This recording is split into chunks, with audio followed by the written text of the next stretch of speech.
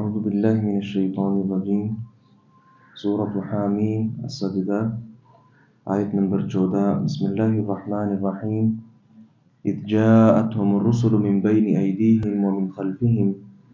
ألا تعبدوا إلا اللہ، جب ان کے پاس ان کے رسول ان کے سامنے سے اور ان کے پیچھے سے آئے، اللہ تعبدوا الا اللہ کہ اللہ کے سوا کسی کی عبادت مت کرو، قالوا لو شاء ربنا لانزل ملائکہ، انہوں نے کہا اگر ہمارا رب چاہتا تو ضرور کوئی فرشتے نازل کر دیتا، فإنا بما ارسلتم به کافرون، پس بلا شبہ ہم اس سے جو دے کر تم بھیجے گئے ہو منکر ہیں۔ فأما عاد، پھر جو عاد تھے، فاستكبروا في الأرض بغیر الحق، وہ زمین میں کسی حق کے بغیر بڑے بنے بیٹھے تھے، وقالوا من اشد منا قوة، اور انہوں نے کہا ہم سے قوت میں طاقت میں کون زیادہ سخت ہے، اولم يروا ان اللہ الذي خلقهم هو اشد منهم قوة، اور کیا انہوں نے نہیں دیکھا کہ وہ اللہ جس نے انہیں پیدا کیا قوت میں ان سے کہیں سخت ہے، وكانوا بآياتنا يجحدون، اور وہ ہماری آیات کا انکار کیا کرتے تھے، فارسلنا عليهم ريحا صرصرا، تو ہم نے ان پر ایک سخت تند ہوا بھیجی، فی ایام نحسات،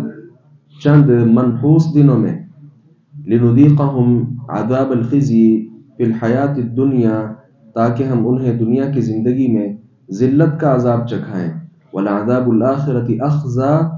اور یقیناً آخرت کا عذاب زیادہ رسوا کرنے والا ہے، وہم لا ینصرون، اور ان کی مدد نہیں کی جائے گی، وَأَمَّا ثَمُودَ، اور جو ثمود تھے، فَهَدَيْنَاهُمْ، تو ہم نے انہیں سیدھا راستہ دکھایا، فَاسْتَحَبُّوا الْعَمَى عَلَى الْهُدَى،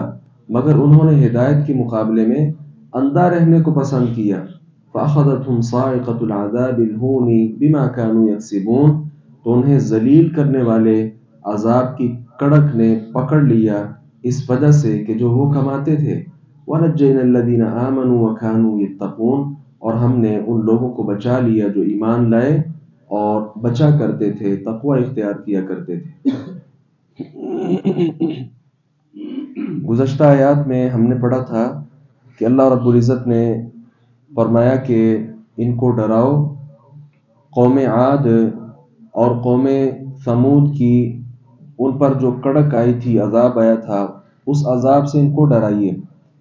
قوم عاد اور قوم ثمود کے ساتھ معاملہ کیا ہوا، ویسے تو گزشتہ کئی آیات میں ہم یہ بات پڑھ چکے ہیں، دوبارہ یہاں ہم اس بات کو پڑھنے کی سعادت حاصل کر رہے ہیں۔ اللہ رب العزت نے فرمایا کہ یہ وہ لوگ تھے جن کے پاس ہر طرح سے رسول ان کے سامنے، پیچھے، دائیں بائیں، گویا کوئی موقع انہوں نے نہیں چھوڑا، ہر طرح سے ان کو دعوت دی، اور تمام رسولوں کی دعوت کیا تھی؟ لا تعبدوا الا اللہ، عبادت صرف اللہ کی کرو۔ یہ جب پیغام لے کر آئے، انہوں نے کہا کہ ہمارے اوپر کوئی فرشتہ اترنا چاہیے تھا، یہ ہم ہی میں سے ایک رسول بھیجنے کا کیا تک بنتا ہے؟ اب یہ جسمانی قوت کے اعتبار سے بڑے مضبوط تھے، ایک تو خود انہوں نے کہا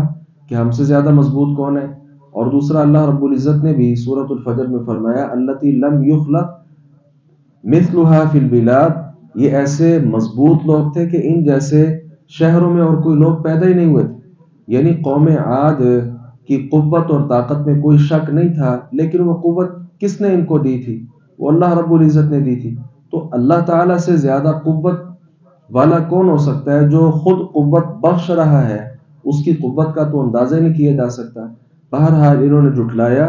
جھٹلانے کے ساتھ کیا ہوا؟ اللہ رب العزت نے سخت تند ہوا ان پر بھیج دی، جس کے ساتھ بالکل یہ تباہ و برباد ہو کر رہ گئے۔ یہاں لفظ ہے فی ایام نحسات، چند منحوس دنوں میں، اس کے متعلق ہمیں یہ سمجھنا ہے کہ در حقیقت کوئی چیز فی نفس ہی منحوس نہیں ہوتی، بلکہ وہ دن، وہ موقع، وہ کوئی صورت کسی آدمی کے لیے منحوس ثابت ہو سکتی ہے اور کسی کے لیے خیر کا باعث ثابت ہو سکتی ہے۔ جیسے اسی بات کو لیا جائے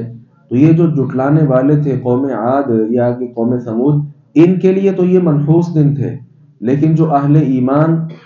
ان سے بالکل الگ تھلگ تھے، اللہ رب العزت سے ڈرنے والے تھے، ان کے لیے یہ دن کیا ثابت ہوئے؟ بہترین ایام ثابت ہوئے۔ اسی طرح ہمارے ہاں بھی بعض لوگ ایسے ہیں چند دنوں کو منحوس سمجھا جاتا ہے، جس طرح یہ ہمارے ہاں 10 محرم کو بعض لوگ سمجھتے ہیں یہ منحوس دن ہے، کیونکہ اس دن حسین رضی اللہ عنہ کو بڑی بے دردی کے ساتھ شہید کیا گیا، جبکہ ایسا نہیں ہے۔ منحوس اس کو کیسے کہا جا سکتا ہے؟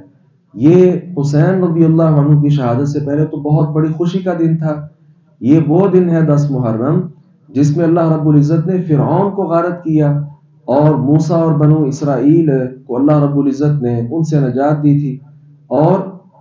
رسول اللہ صلی اللہ علیہ وسلم نے اس دن کا روزہ خوشی میں آ کر رکھا تھا، اور آپ صلی اللہ علیہ وسلم کی وفات کے بعد تو دین مکمل ہو گیا تھا، بلکہ آپ کی موجودگی میں ہی، آپ کی حیات میں ہی اللہ تعالیٰ نے الیوم اکملت لکم دینکم والی آیت مبارکہ اتار دی تھی، دین مکمل ہو چکا۔ اب اس کے بعد اگر کوئی اسلام کا لیڈر ہی ہو، اس دن میں وہ فوت ہو جائے، مثال ہمارے ہاں عید الفطر ایک خوشی کا دن ہے، عید الاضحیٰ خوشی کا دن ہے، اب ہمارا کوئی بڑا آدمی اس دن فوت ہو جائے، کیا مطلب ساری زندگی کے لیے ہم عید الاضحیٰ کو یا عید الفطر کو ایک منحوس دن تصور کر لیں اور اپنی ساری خوشی مسلمانوں کی خاک کے اندر ملا دیں؟ نہیں، یہ حالات واقعات تو چلتے رہتے ہیں۔ بعض لوگ سفر کے کچھ دنوں کو یا سارے سفر کو منحوس سمجھتے ہیں، یہ بات بھی غلط ہے اور عقیدہ غلط ہے یہ تو۔ اس لیے جاہلیت میں کچھ لوگ شوال کو منحوس سمجھا کرتے تھے، تو امی جان عائشہ رضی اللہ عنہا نے وضاحت کی کہ شوال میں بعض لوگ سمجھتے ہیں کہ شادی، میری تو شادی شوال میں ہوئی جی، اس لیے کوئی ایسا دن، کوئی ایسا مہینہ بطور خاص سب کے لیے منحوس نہیں ہوتا،